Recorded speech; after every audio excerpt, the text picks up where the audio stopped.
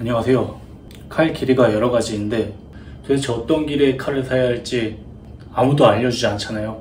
제가 실제로 찾아봤는데 유튜브도 그렇고 네이버 검색도 그렇고 그 답을 알려주는 데는 한 군데도 없었습니다. 근데 저는 전공이 조리과여서 학교 다닐 때 배웠거든요.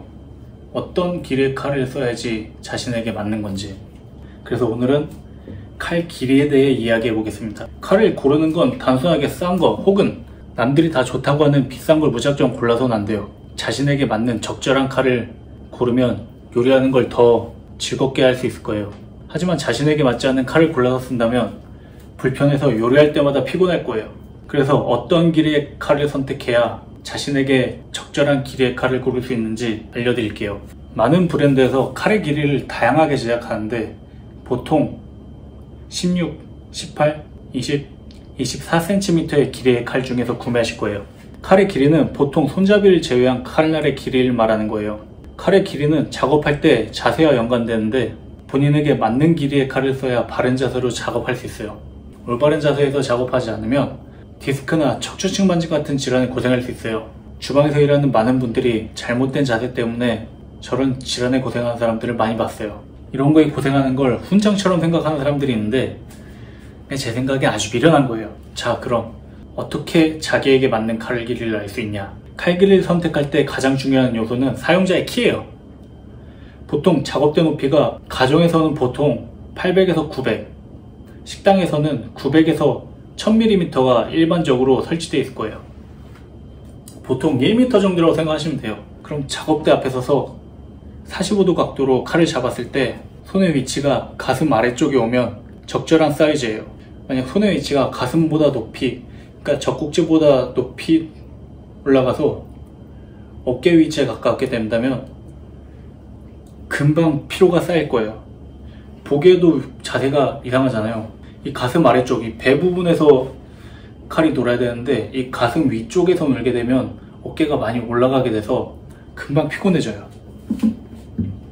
이 자신의 키에 따라서 칼을 고르는 건 자세 문제인데 칼을 제어하는 능력도 칼이 본인이 제어할 수 있는 크기보다 크게 되면 제어 능력이 확실히 떨어져요. 작으면 상관없는데 클 때가 문제가 돼요.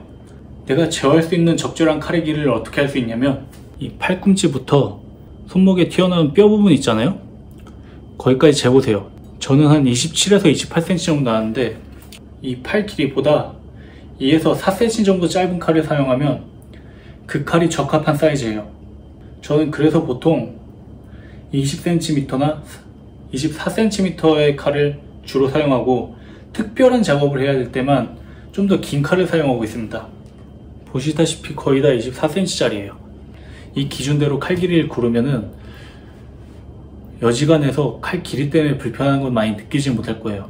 제가 보통 24cm에서 20cm의 칼을 쓴다고 했는데 이 칼보다 작아도 괜찮아요. 제어하는 데는 상관없어요.